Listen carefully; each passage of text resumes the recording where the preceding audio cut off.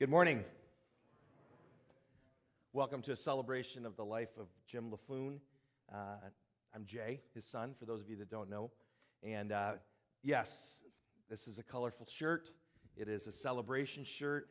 We took a bunch of Easter baskets, shredded them up, and threw them on some cotton. We're going to have fun today because that's what Dad would want. And that's what Mom wants. And we want to celebrate Dad. And we're gonna do that this morning. Let me open in prayer. God in heaven, we thank you for your many, many blessings. We thank you for your goodness. We thank you for your love. We thank you for the peace that we know. And Father, right now we thank you for the life of Jim Laffoon and the way he touched each and every one of us. Be with us, Lord, as we celebrate his life. In Christ's name, amen. Amen. Well, I'm going to start by introducing the family because some of you might not know the immediate family that is here. And I'm going to do this using one word to describe each individual. Now, that one word is not the totality of who they are. They're much more than that, but figured we would do one word. And we'll start with we'll go youngest to oldest. So for Grace, that one word is sweet. Tart. Okay? That was Papa's nickname for her, she's my little sweet tart, and that is exactly... That's why I got this right here is because of Grace. Shana, our newest member of our family, she is strong and studious. She is soon to be Dr. Laffoon. She's definitely brilliant. Our son Torrey, he is super sensitive, okay, which is what makes him such a great minister. Diane is stupendous and steady, which she says is boring, but no. And she's affectionately known as Auntie Di. Most of you that know my wife know this is true. Those of you that don't know her might not understand that she is the spiritually sarcastic one of the family. I'm sappy and silly, that's all there is to it. And Doyce, she's sassy. She's so sassy. But she's also the smart one because she married Jim Laffoon. And she made a great choice. Mom and Dad have a life verse together. Those of you that know Mom and Dad know that you rarely saw Mom without Dad. And you rarely saw Dad without Mom. Their life verse together, Proverbs 3, 5, and 6. Trust in the Lord with all your heart and lean not on your own understanding. In all your ways acknowledge him, and he will make your path straight. That verse doesn't say he will make your path easy, because it's not. Anyone that says life is easy has never lived. They've never really tried to live. So that's their life verse, and we brought a few things. We're going to remember Dad. First of all, we put it in a campus life bag. I think that's totally appropriate. In reaction, you know how you don't always know what you do right away. We started cleaning out Dad's dresser, and we cleaned out his clothes dresser. But the entire top drawer of his clothes dresser was nothing but junk, okay? Nothing but junk. The first thing I pulled out, this is no lie, you can't make this stuff up. The first thing I pulled out was a prescription. This is a prescription from 2002.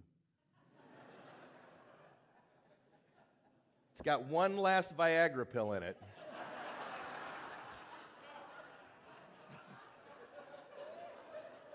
Can't make this stuff up, folks.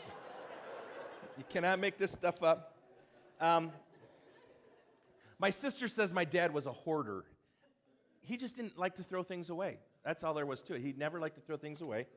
This was another thing. We got a picture of this one, I believe. We're going to throw this up on the screen. It's the sun. This is a Sonny's Barbecue moist towelette.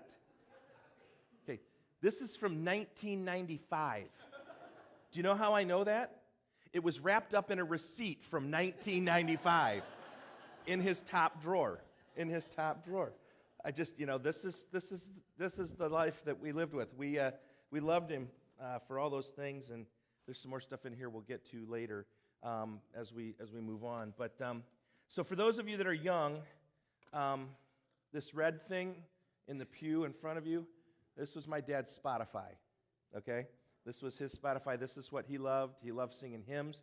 So this morning we're going to sing a couple of hymns. I want to thank my good friend, our family's good friend, Sue Messer, for playing piano. Brian Shaw, thank you. We want to thank Lux. You just don't know the importance of professionalism when you face grief, and those fine folks at Lux have done a wonderful job. So when Laura and I were attending here, we had a red and a blue hymnal. So I picked out hymns from the blue hymnal, which no longer exists. So hopefully we're going to get this right. And we're going to sing hymn number 68. Hymn number 68. And hold on a second. Yep. And we're going to sing all 4 verses because my dad was a song leader. You're going to hear a little bit more about that. He used to love to lead singing in church. And you can't sing hymns in church without standing to your feet. This just makes you sing better. So if everyone will stand to their feet. We're going to hear from the grandkids. And I was once told, don't judge your parenting by your own children. Judge them by your grandkids. And I think you're going to find that Jim and Doyce, did you just steal my water? I'm thirsty. And we're going to start with Torrey. Then we'll just hand it off. Yeah, okay. Thanks for being here this morning, everybody. It's not in the least bit lost on me just how lucky I am to have had 27 years worth of memories with my grandpa. Not everyone gets that amount of time. So I do consider myself very lucky. So I just want to share a couple of those memories that I have, because there's a ton, but I don't want to take up all the time this morning, so I'm just going to start with a few. The first one, it was probably about 15 years ago when I was in the basement of my grandparents' house on Loose Road, and I noticed on the windowsill down in the basement 2 big jars sitting on the windowsill. One was full up to the very top with marbles, and the other one had maybe just a handful in it. And I didn't know what it was, so I asked my grandpa, I said, what's the deal with these? And he told me that he had just recently heard a sermon that had encouraged him to count his Saturdays and symbolize them with these marbles. And so the one that was full symbolized the Saturdays that he figured that he had left, and the one that was not so full was where he would put them when every Saturday would go by. And that was just kind of his way of symbolizing not only the passage of time, but also the value of the time that he had left, being really intentional with spending it in a way that was intentional and purposeful, because Saturdays are the day that you don't have to work and you get to do whatever you want. And then he retired and he did whatever he wanted every day after that. So Saturdays were a little bit less important, but I'm so lucky because thinking about it now, since that time, almost 15 years ago, I've spent no insignificant amount of Saturdays at my grandparents' house. Whether it was when I was in high school, mowing the lawn, saving up for a new guitar, which it just dawned on me this morning. I got to stand right over here with that guitar and lead worship in this church with my grandpa one Sunday morning, which was incredibly special. Or whether it was just in the last 5 or so years as I and my wife have been married, and we found ourselves, I would venture to guess, just about every Saturday out of the year we've spent over there. Free food, football on the TV, and games to be played, and lots of fun. And one such Saturday was just 3 Saturdays ago, the last really significant memory I'll have of my grandpa. And it was a great one. We were there like we were so many Saturdays before that, and we were eating Chicago-style hot dogs, complete with the poppy seed buns and the sport peppers and all the fixins. And Shana and I had a new game to play. Papa was notorious for not wanting to play games. If we played games, we were playing cards, and it was me and Shana and Grandma and Auntie Di, and we were sitting down in the basement playing cards, and Papa was reading a book, which meant he was really napping and taking care of the dogs. But we had this brand new game. It was a dice game, kind of like Yahtzee, but with a way better name. It's called Farkle. And if you've heard of it, you've played it before. But Papa asked, okay, how long does it take to play Farkle? And we told him 15 minutes or so. It's no big deal. It's a quick game. And in a classic Jim Laffoon move, he pulled out his phone, and he set a timer for 15 minutes, put it on the table, and he hit start. And once you know it, 15 minutes later, when he was in the lead and the alarm went off, he just dismissed it because he was in the lead, and he never played a game he couldn't win. And that was a game he won. He beat the pants off all of us. It was hilarious. But that was really the last memory that I'll have of my grandpa. And like I said, I have so many, and I'll close with one that, as I've kind of reflected these past couple of days, and really weeks, it's been on my heart as the one memory that I absolutely, without a doubt, want to recreate with my kids. Because it's the memory of how my grandpa and I invented glamping, which, if you don't know what the word glamping is, it's an amalgamation of glamorous and camping. You put them together, and it's glamping, and it's a trend right now. You pay a whole bunch of money to go to a super nice tent out in the woods and pretend like you're camping. But me and my grandpa invented it back in the 90s. And our version of camping was to walk about 15 feet out a sliding glass door on Lakeview Avenue in Perry, Michigan, in the middle of a bunch of pine trees. And he would pitch this raggedy old tent that was, the rain fly was all patched up with duct tape, because if you couldn't fix it with duct tape, you couldn't fix it with anything. And he would put it out there, and he'd run an extension cable out to the tent, and he'd blow up some air mattresses, and he'd take the TV from Grandma and Papa's room that had the VHS player built right in, and he'd put it on the little footstool at the bottom of the bed, and whatever the movie was at that time that I was obsessed with, which was a different one every day pretty much, Aladdin or 101 Dalmatians or whatever it was. We'd pop some popcorn, and we'd go out, sleep under the stars in the tent, and watch the movie. We even had indoor plumbing. He brought a Folgers tin out, an empty Folgers tin, put it out in the corner, and if we had to go to the bathroom in the tent, that's what we would do. And I can't wait to have those memories with my kids.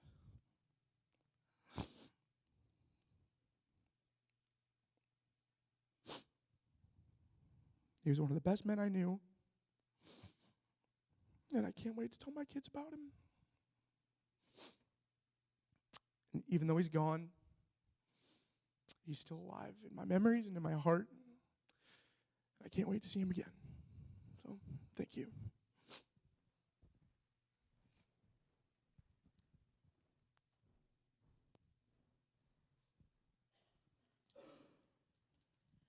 All right. So, as Jay said, I'm the newest member of the family. I became part of the Laffoon family about 5 years ago when I married Torrey. And if you know the Laffoons pretty well, you know that there are lots of big personalities, very representative on Jay's shirt, lots of color. And being a Laffoon has had many blessings and a few of its own challenges, those big personalities. But for when Torrey and I met and when we were first married, Jim was Jim to me. He was Torrey's papa. And I respected him and was grateful for the legacy that he left behind of ministry and loving the Lord. And I was grateful for that because I got to marry a man that was part of that legacy, and that meant that hopefully our kids would have that legacy. But somewhere along the line, we found that Jim and I had sort of a few special connections that maybe some of the other Laffoons didn't share. So the first one of those was we found this out when Torrey and I had been married for 6 months, and we went and got a dog. And we brought it first thing over to Jim and Doyce's house, and the smile on Papa's face was unbelievable because we had gotten him a grand dog. And that grand dog is his absolute favorite. Shortly after that, Torrey and I bought a house, and Papa and I learned that we are the only Laffoons that are mechanically minded. And so in the midst of, working on cars and changing batteries and doing things on the house and doing cupboards, I learned that anytime I needed a tool, I could find it in Jim Laffoon's garage. He would have it. And so somewhere in that first year of marriage, Torrey's papa really became my papa. And we spent every Saturday there, as Torrey said, and I saw Papa more often than I saw my own family. And he was the person that I called when my car broke down or when I needed a tool or whatever the case may be. And he treated me like I was his granddaughter, just like anybody else, just like Grace and just like Torrey, just another one of the grandkids. And Papa had this special thing about him where he was able to look at people and identify what made them extraordinary. And you could see it in the way he talked, in the way he smiled, and in the twinkle in his eye when he would talk to you. You just knew that in Jim Laffoon's eyes, you were so special. You were the best campus life kid or the best campus life leader, the best son or daughter or grandkid. You just knew that he felt like you were so special, that you could shine so, so brightly. And there was something about seeing that sparkle in his eyes and seeing your extraordinary reflected back to you that made you want to be even better, even more special, because you knew he would know it. He would see it. And even though he's gone, that's what I'm going to remember most about him. And that's what I'm going to miss the most about him, because I know that he could see my special, and he could see so many people's special. So, thank you, Papa, and I'm going to miss you.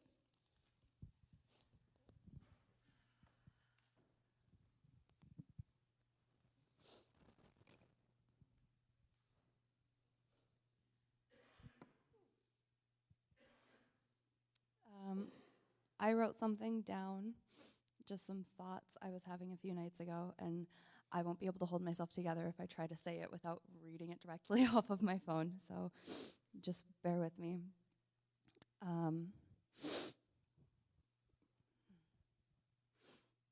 I am not ready to make an attempt at collapsing the broadness of my grandfather's life down into any number of words that can fit inside of 5 minutes.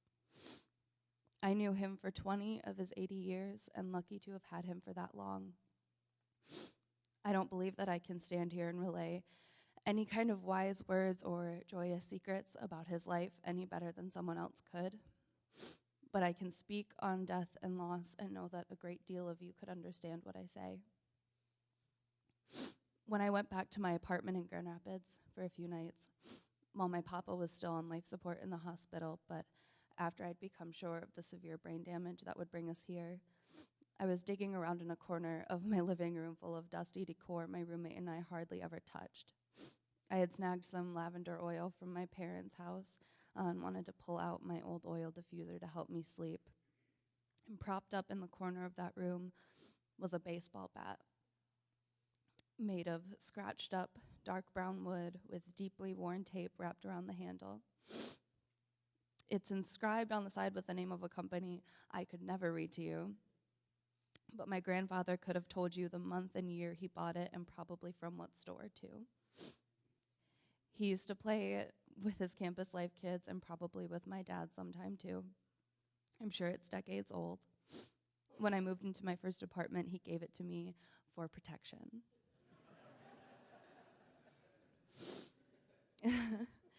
It brought me to tears when I found it, and so I brought it into my room, laid it up against the wall next to my bed. I'm hoping to find a way to mount it on a wall somewhere, and it's definitely not the use my grandpa ever envisioned for it, but I think it'll make a nice piece. The next time it snows, I have this amazing little gadget to use on my car. That's another gift my papa gave me when I got my first apartment. I am literally always running late for work, and I complained to him once that having no garage and just a tiny little frayed brush trying to sweep all of the snow off of my car always put me 10 minutes even further behind schedule. So he ran out into his garage and gave me this thing that I have never seen anyone else use and never even heard of in any other world other than my papa's. It's called a snow broom. Basically looks like a Swiffer wet jet. It has this big square of foam on the end of this long retractable pole, and you can just use it to kind of push the snow right off of your car. It's amazing. And I credit it for me not being fired from my last 2 jobs during the winter for tardiness. Every time over the past 2 winters, whenever it had recently snowed and I had the chance to visit my grandparents, the first thing he would do is hug me hello and then pull me back by the shoulders and say, "Did you use that snow broom I gave you?" And I would laugh and tell him yes and that it works very well and thank him again for giving it to me. Just this past weekend, while I was in Grand Rapids again for work, some of my friends came to my apartment and stayed the night with me. We watched movies and we talked and they joked around. And I poked my head into the conversation every few minutes to make a bad joke off of what someone else had said. And everyone would kind of laugh and kind of groan, which is exactly what my grandpa used to do and exactly how my family would react to it. My grandma would always tell me not to encourage him by laughing at his jokes. And I would always respond that I wasn't just patting his ego. I thought that man was hilarious. And we would both laugh, and he would wink at me. I'll be honest with all of you, I am very, very sad. But I can't be devastated the way I feel I'm expected to be, because I don't think I will be walking a day of my life without a piece of my papa with me. He is not here, but I don't think I'll ever be without him.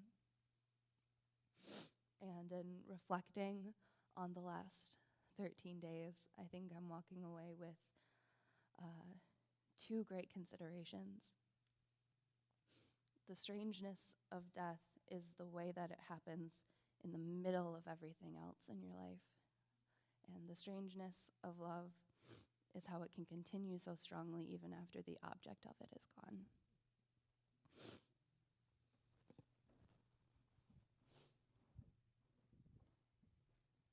Dang kids. My dad loved corny jokes. If you knew him well, you knew he loved corny jokes. So just a couple to kind of honor him. 100 rabbits walking backwards is a receding hairline. Thank you very much. If a vegan and a vegetarian get in an argument, is it still considered a beef?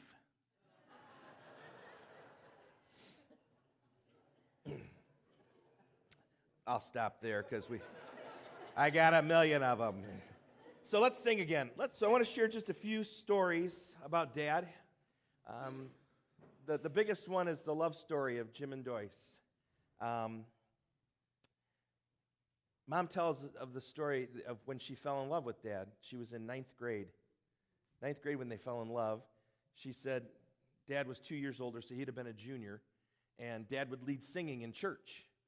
And she said one Sunday he sat there in a powder blue suit with a pink shirt. Are you catching on where I get my fashion trend? And he had on blue Oxfords, right? Blue Oxford shoes.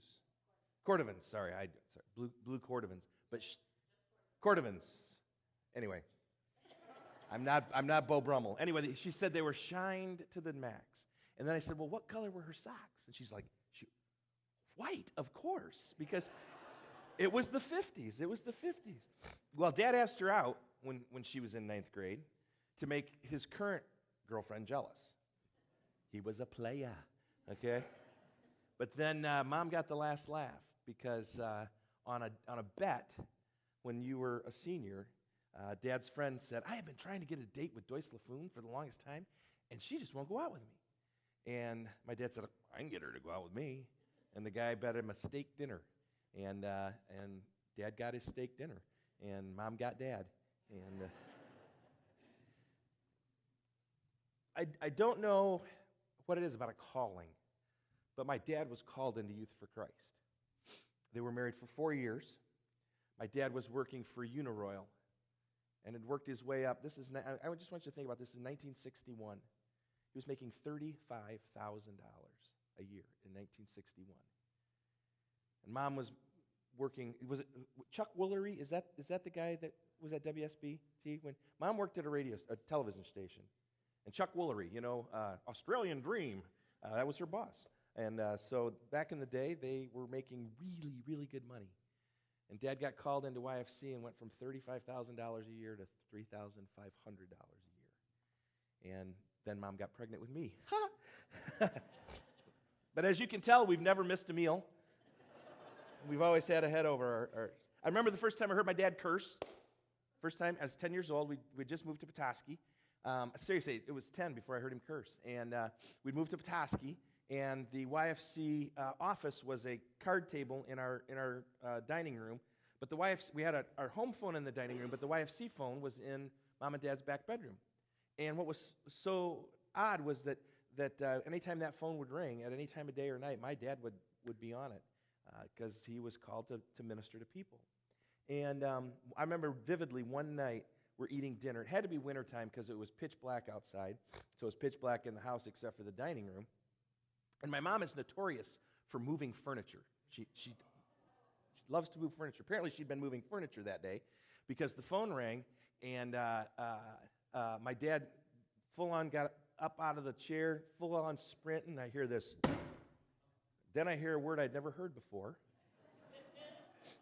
Starts with a D and ends with mitt. And honestly, I sat there thinking, our whole family's going to go to hell now. My dad just, because I'd never heard him curse. Sunday naps. We always had to take a Sunday nap because Mom and Dad wanted to take a nap on Sunday afternoon. And no lie, my dad would sit on the floor in the hallway and watch Diane and I, and he would constantly say, close your eyes. Close your eyes. We're all taking naps this afternoon. You could tell the tension. He needed a nap. I think I was 6 at the time, and that went on for a while. It got a little oiled when I was 16, but otherwise. I'll never forget when I was probably, again, 10. I did something wrong, and I argued that it wasn't my fault and that I shouldn't be punished. And Dad, I'm not making any political statement here, but I got the belt, baby. He would whip that belt out, bend over, and I turned out pretty okay. Diane got the wooden spoon, and all Dad would have to do is yank the drawer open, and she'd, Daddy, no, don't spank me. I was usually over eating vegetables. She wouldn't eat her vegetables. But I remember that one time I said, Dad, I do not deserve this spanking. And he said, okay, I'll take it for you. And I'm like, what? He handed me the belt, and he bent over the bed, and he said, spank me. And I was like, no. He's like, no, you have to spank me. I said, no, I'll take the spanking now. He's like, nope, it's too late. And and so I spanked him, and I've never cried so much in my life as that day when I spanked him, because it made me understand what God had done for me, that Jesus took my punishment when I didn't deserve it. In my junior high years, when we wanted to play backyard football, and we needed one more guy, and I reminisced last night with one of my friends. He said, your dad always came. If you called, your dad would always come. And that's just because he was all about helping people. So right now, I just want to ask, and I do not mean to embarrass anyone right now, or to call anyone out, or to make you feel any emotion. But if you've ever worked for, volunteered for, donated money, or prayed for Youth for Christ, would you stand up right now?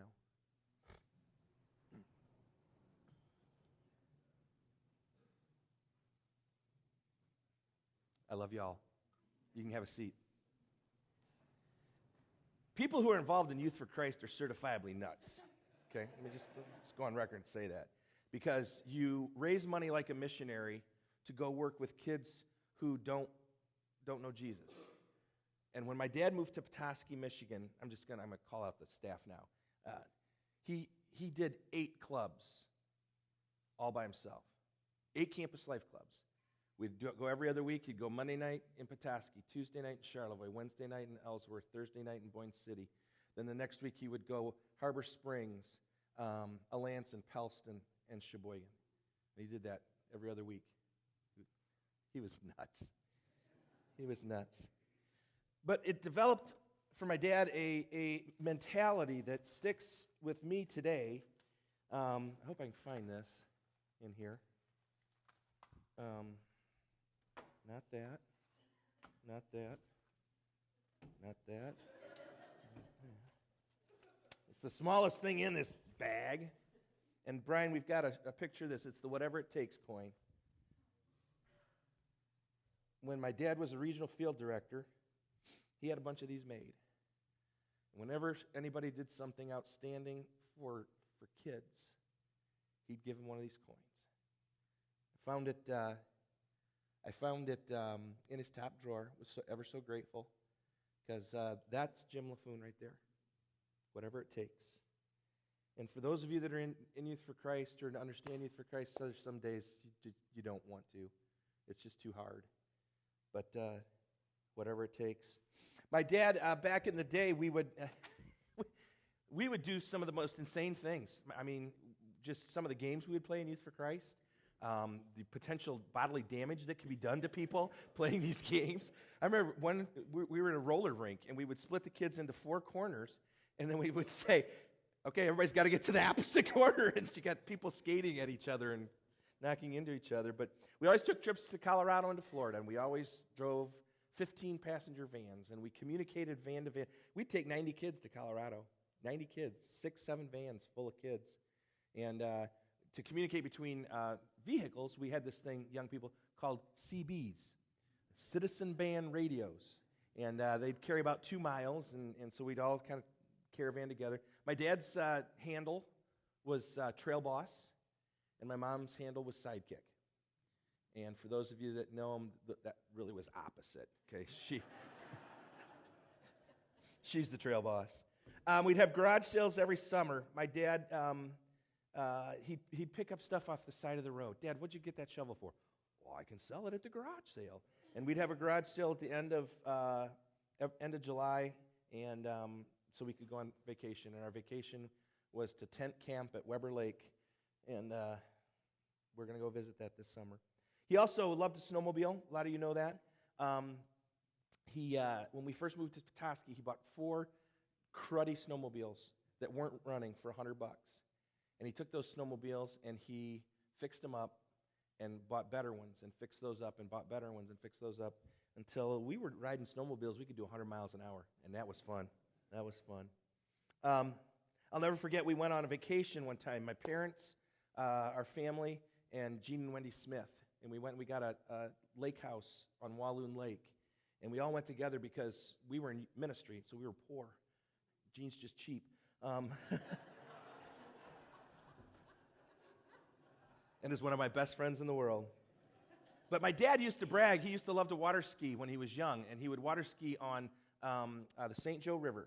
And he would brag that he could sit on the end of the dock and take off and not get wet, and he could ski around, and he could come back in, and he could land on the dock. And so, that was back when it was a 16-foot Thompson wood boat with a 35-horse, outboard motor. So it's kind of like, well, Gene's boat had a V6 in it. And I'll never forget, my dad tried to take off from the dock. And we're watching.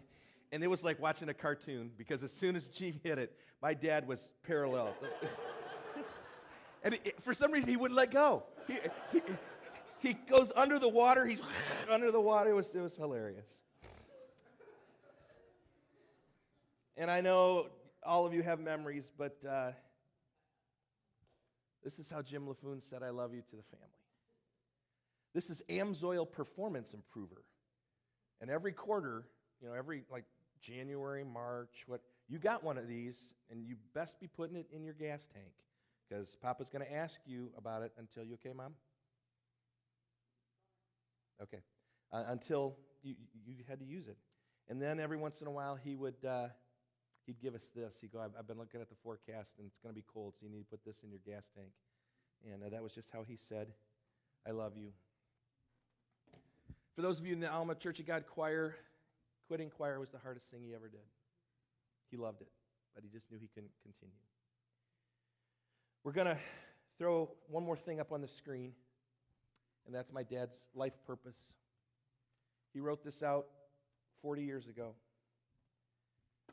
Life purpose of Jim Laffoon: to be a Christian example and to serve God through helping people and developing people. And this is how he did it. By sharing Christ with non-believers, by listening to people with needs, by training people to serve, by advising and counseling people in ministry and in personal life. Torrey, would you help Grandma? Are you? You okay? Okay. To love my wife, my children, and my grandchildren. To live in gratitude to my parents for my Christian heritage. Folks, this is who my dad was on his best day. And I want to challenge each and every one of you to write a life purpose? To write it down.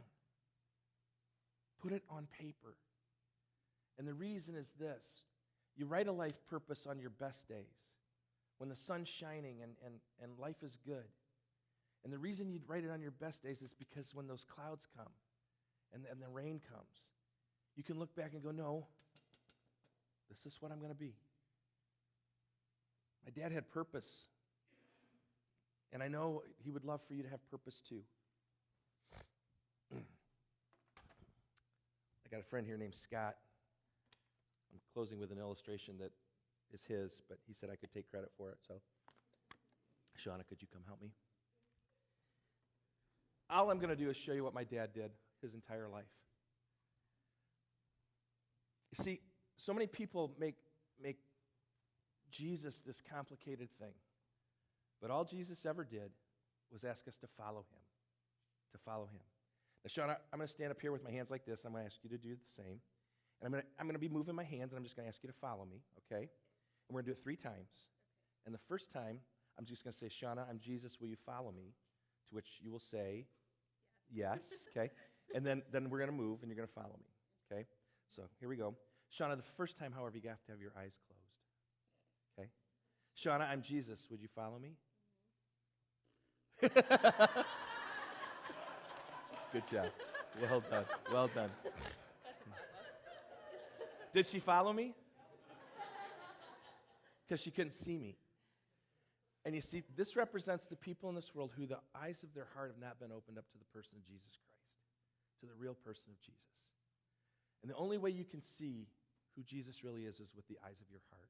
And the only way we can help people see Jesus is to love them.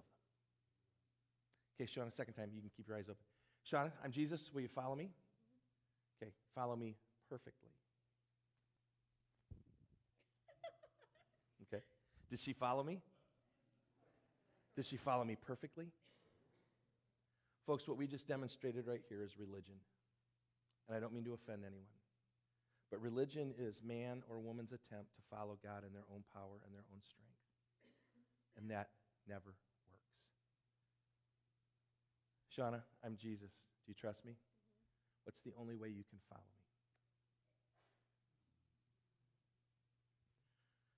What made my dad is that he grabbed onto the hands of Jesus every day and said, take me where you want to go. And that's our prayer as a family for you. We would always sing one song as a family. If things were going well and we were rejoicing, we would sing this song. If things were going bad and we needed encouragement, we would sing this song. I'll never forget, we would often sing it for a meal.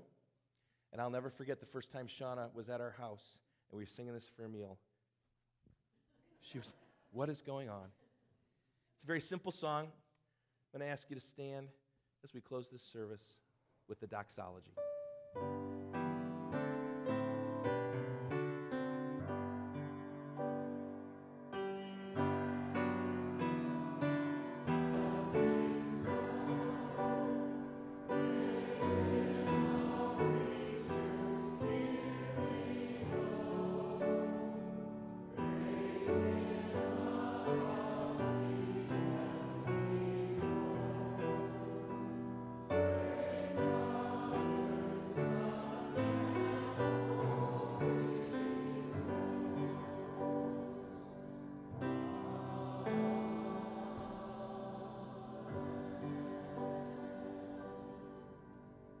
Father, thank you for the life of Jim Laffoon. Thank you for the person you made him. We rejoice that he's with you. And all God's people said,